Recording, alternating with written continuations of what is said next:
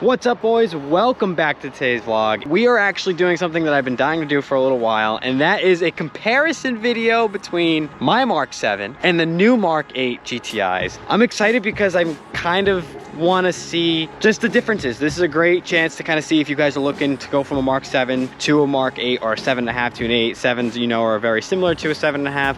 So it's a really good day to kind of see some comparisons and kind of see what the cars are like. Obviously, there's been a remodel. Obviously, a couple years ago, they completely changed the entire vehicle. It looks very European compared to the original model. The Mark 7 model. The newer ones I can appreciate because they did a remodel and they did it right. I mean, the silver looks really crisp. The blue looks really crisp. They even have like the Nardo type gray one over there. It's awesome. But here's the thing. I still think the Mark 7 gives you that mean grin that the Mark 8 doesn't give you.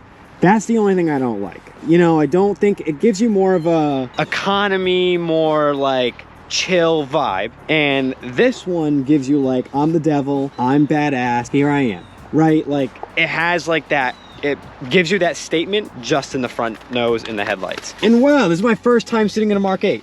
Oh my goodness, this is awesome. All right, so this is a 2024, and here we go. We get a little bit of a list of items. And obviously, as you can tell from the start, it does look different. So this one's going for $42,000. This is in Autobahn, I believe. Yep, it's like a 2024 Golf GTI Autobahn. So difference is this is a 7-speed DSG with Triptronic. Mine is a 6-speed automatic DSG. Front wheel drive, same as usual. You do have much more limited slip diff lock. I mean, you don't have that in mine.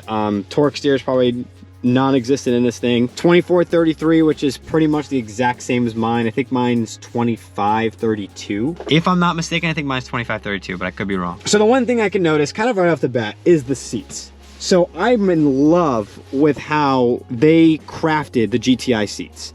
They're so, I mean, the red accents here, I mean, they're one piece too, which is amazing, but the red accents, the grayish, like, it's almost like a middle gray tone with the GTI badge and then the charcoal gray. And that's beautiful. And in the 2023s and 4s, they added the GTI badge. When they originally came out with these in 2022, they did not add the GTI badge to the seat. It was very interesting. Like, it was literally just the seat. And it was a beautiful seat like this, but no badge. There was just nothing there. I thought that was a little wonky, but whatever. I think the seats in the Mark 7 are clean, but they're not these. Also, these are a little bit more comfortable, a little bit more plush. I enjoy that. You have a little bit of that like GTI flag. That's like the flagship of GTI with like the herringbone or the, you know, bumblebee kind of looking textures. That's what they do. Obviously, you lose the shifter. So that is obviously, got no DSG shifter, got nothing. It's just a little button. Brand new flat bottom steering wheel with the new Volkswagen logo. Pretty clean, simple, basic, nothing crazy. Sunroof looks about the exact same, nothing crazy there. Although I'm noticing you don't have an eyeglass case in here. That is interesting. So in my GTI, as we'll go take a look right now, so you have an eyeglass case here. Sunroof, everything pretty much looks the same. This pretty much looks the same. Obviously, a shifter here. There's your difference. Radio is down here while the other one's up there. No digital display. I have the big paddle shifters. My car's not stock, so it doesn't help perfectly, but you know, I did have those small little tiny ones originally. But yeah, you can see some differences. And the seats, I mean, look how much smaller these seats are in this car. So these come up to here. The ones in the other GTI go up to about here. And they have like a curl effect to them because they're one piece, so they kind of curl up, while these are kind of flat laid back. A little bit different, a little bit older style. I will say though, for the Mark 7, these are very plush and very comfortable seats. They're kind of bucket-like, so they're pretty comfortable. You sit in it like you do have a good seating position. I don't know why I don't just go through the passenger side door. Much easier. All right, so we'll put this up here. I mean, the door trims, same thing with that like herringbone or bumblebee kind of texture that goes all the way across here. I kind of like that. I kind of don't. I wish it was a little bit more of a pop. I think it's a little quiet and doesn't really like come at you a little bit. You know, in my car, the texture really pops at you. It's a little bit brighter, and then you have the red accents. You don't really have a lot of those red accents that you would typically have. Why would you put piano black here? Because in the 2022s, it was this texture on this, on the center console area. And then they switched it to piano black and then kept it on here. I'm not a fan. What I do like though is you have, even though this is not a vent right here, it's seamless, so it looks like it's a vent. I do like that they did that, because obviously in my car you have the radio here, you have vent, and then there's a big plastic piece and then vent. I like here how they kind of put this up here and moved it down. So you have vent here, obviously all your controls in the middle of your menu, and then you have pretty much a seamless vent going all the way across. So your actual vent is here, and then here you see the split offs. But I really like how they make it seem like it is one. Like, I just think that design itself is a lot cleaner, and something that I wish they did a lot earlier in those cars they didn't do. And the cup holders are a little weird to me. I don't really like how like this one is big and this one is small. It's almost like, I mean, I'm sure there's, yeah, because I think there's a way to do it. Like you, oh, I see, yeah, you pop it out. This is like the owner's, the driver's cup holder. Pretty cool, but like, I don't really see the design in that. I don't really get it. I think keeping the same one, generic one, like in the Mark 7 would be fine. Here's what I'm concerned about. This back seat right here does not have a lot of space in it. On the passenger seats in the front, you don't have fully automatic seats for an Autobahn. Still, I don't understand why they won't do that in an Autobahn, but they do not. Yep, you gotta pull to move it. If I move this like all the way up, I mean, that's a comfortable seating position. It's very nice. But let's check out the back, because I'm really curious about the leg space still. I'm curious because the seats are much bigger. So I had the seat pulled up normally for a guy who's like 5'8", 5'9", and holy cow, no, it's up like, it's like obstructs your view. So like I can't, so I'm sitting here, you can't see the radio. Well, I can't really see it either. I have to go like this to see the radio. Nah, I don't like that. I don't like that at all. Like, I like that the seats are bigger, but I don't like that it obstructs your rear view. Like, that doesn't, I mean, if you're sitting in the back seat, this is all you see. Like, it's just a big seat in your way. You can barely even see the steering wheel. I mean, if I'm just chilling here like this, I can't even, that's crazy. Don't like that. Not a fan of that at all. I don't like that. These little pockets are cool. That, you don't have in that in my GTI. You just have these little pockets in the back. As you can see, my seats only come up to about here, and these come up to here, like literally almost touching the ceiling. That is absolutely nuts. LED lights in the back, and you have dual climate back here now, which I don't have in my car. There is no dual climate in the back seat of my car at all, just the vent. And you have heated seats back here, which you don't have in my car either. All right, so the back seat of my car, daily use, so it has a lot of stuff in it, but this, see what I'm talking about? Wait, it's weird. It's almost like these are small, these are short. Like these are too short, but this is kind of what I'm talking about. This looks more natural than that. That didn't look natural at all. I can actually see the screen, I can see the driver, I can see the passenger, I can actually see the windshield. Like, you couldn't even see out the windshield. I had to kind of lean in like this, just kind of cop a lean real quick if I want to look outside. So they kept the red calipers on the newer GTIs. Here's the thing I don't see though.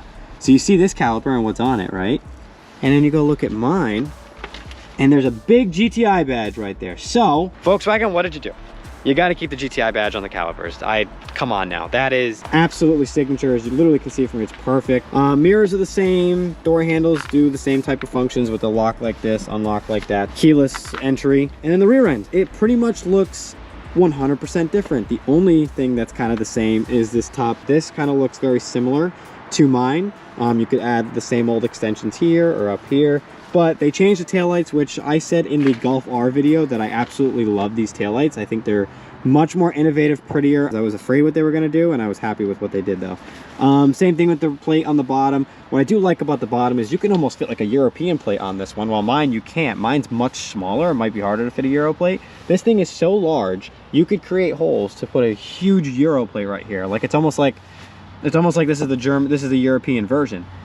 Dual exhaust tips, which are actually much cleaner and much looks a little bit bigger than the stock ones on the Mark 7. I think those look a little bit, I think they are a little bit bigger, and they look a little bit crisper too. I like the chrome look. I would obviously swap it, but that's my opinion.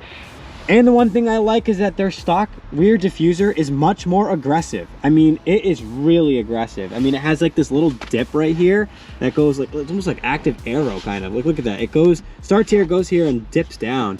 I really like that. I like how it kind of goes around the exhaust tips like that, like it shapes it out. while mine kind of does, but doesn't really. My rear diffuser is a lot more basic, although I do kind of like the pattern that they have on this one. But they don't really have holes that are poking out. They're kind of tucked in under here and you can't really tell. You can see that there's like a cutout hole for it, but it's not poked out and aggressive looking like this one is. Same thing here, but look, I could probably fit a Euro plate on mine too, but you can tell the difference of how much shorter mine is to how much longer theirs was. I mean, the Mark 8 comes all the way across to here. I mean, that's a much bigger plate area.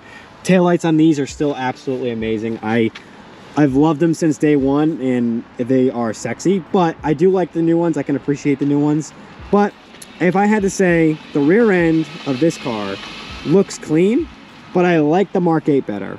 I love the rear end of a Mark 7 or a 7.5. But I gotta give it to Volkswagen on this one. We're gonna have to go Mark 8 is cleaner. I personally like the Mark 8 a little bit better. Same thing with the Golf R, I like it. Now the front end, I did touch up a little bit earlier. I think the front end is definitely cleaner on a Mark 7 than a Mark 8 because it has that mean, menacing look that the Mark 8s don't carry. I also like the grills a lot better too. Obviously you have that hex look with the GTI badge. I think that is aggressive, while here it's just an LED light bar with a red stripe across it. Not a fan. But I do like the new Volkswagen logo. I think that is much nicer and cleaned up than the old one, but you can always appreciate and have love for the older VW badges because those are awesome. I'm not a huge fan of the mesh down here. I do like the fog lights. I think the fog lights are really cool with the weird pattern that they make, triangle pattern. Like you literally have bulb here, here, here, here, and here. I mean, it's cool. Almost makes a really cool shape. While this just has the 3-row down, which is really nice because of the way they set it up, but it doesn't look as mint as this. So they did a really good job with that. Headlights, like I said, still look nice, but they're, you know, a little bit smaller. I kind of like the bigger, more menacing with the U-look ones. I think those are a little bit crisper. But other than that, the cars are actually pretty cool next to each other. I've never had them next to each other before, and it's really freaking cool to have them right next to each other. If I had to give a comparison of how a Mark 8 to a Mark 7 look, I'm kind of an oldie with it. I overall like the look of a Mark 7. I know mine's a little modified, so mine doesn't help perfectly because I have the Porsche wheels on it and everything, but I love the Mark 7 look. I think it has such a tuner style look to it that the Mark 8s don't carry anymore. I even think the Mark 8 Golf Rs don't even carry it anymore. They have more of a driver's look, a more of a daily stock driver look than they have a tuner modified look. Now I've seen these modified and they look good, but nothing like you see those modified. And I know they've only been around a couple years, and the Mark 7s and 7.5s have been around for what, 8 years, 9 years now, but at the same time, they're just not the same thing. So, in overall look and overall design, I'm gonna give the Mark 7 a little bit of an edge. I'm gonna give the Mark 7 like a 9, and I'm gonna give the Mark 8 about an 8, 8.5. But we're back inside now, and a couple things they did keep the same is they did keep the little footstep right here the same, and the pedals, they look exactly the same as the one in my car. They do have a little console thing here. You do have wireless charging in this one though. I like mine better because you can close it off and you have a little thing in there. You know, you can put things in there and tuck it away and you can't really see it. Here, if I put all the stuff that was in mine in here, it looked like a clunky mess. One thing that is definitely 100% different is they're moving all of the dual climate and everything into the screens. Now you're starting to see in almost every car you drive. Almost, not all cars, but a lot of them. And I don't like they put in a screen, but I do appreciate that they have some touch sensitive buttons here. You can't press down on them, but you can definitely adjust your heat. You can even turn it on or off. But this infotainment system is nice. You have ambient lighting that you can set throughout the whole car. You can have your sound right here. And basically when you start hitting these buttons, which that's your audio. Oh, that's your audio? Ha ha ha. But you have your dual climate here, so you can change your temperature controls up and down here and up and down here. So it works out. This is for the passenger side, this is for the driver's side. And then if you need to hit your climate control and you're just like, oh, because you know, in a Mark 7, you just twist it all down, and we'll show you that in a second. And here you can't. So if you really need to access it quick, you can just hit the climate button. That's not on. I don't have the keys, the car's not on. But you would hit the climate button and it would pop up. So if you're like, oh, like I don't want to tap the buttons and it pop up and there's a little side screen, I want the whole screen to come up.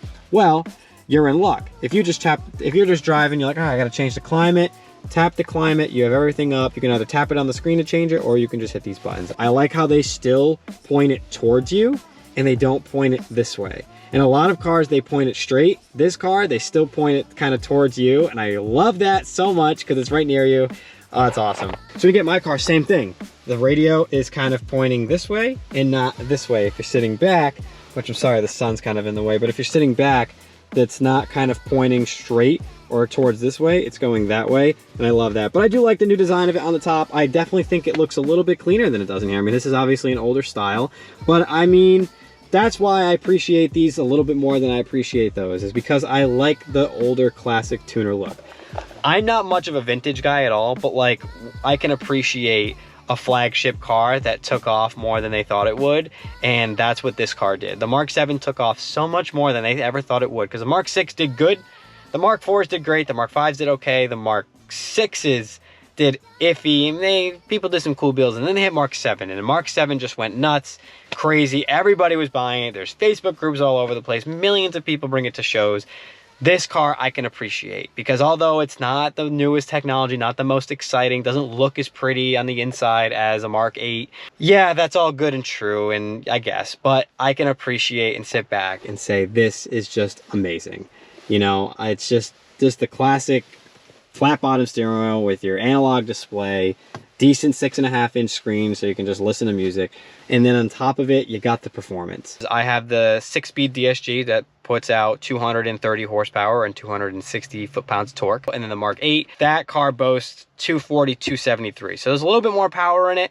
Definitely a little bit quicker off the line, but it's still front wheel drive, so it's still kind of the smaller turbo. It's not the Golf R, so it's gonna put out pretty much the same numbers that this car put out built. Stage 2 numbers, probably this one puts out about 350, 360. Same thing with that. That's probably gonna put out about 370, 380. So there's not much of a difference in power. Other than that, they're pretty much the same car when it comes to performance. Before we end today's video, I just want to say a couple things. I want to show you something. If any of you guys make it to this point, I don't know how many of you actually make it to the end of the video, but if you do, I really appreciate that you do, and thank you so much for that.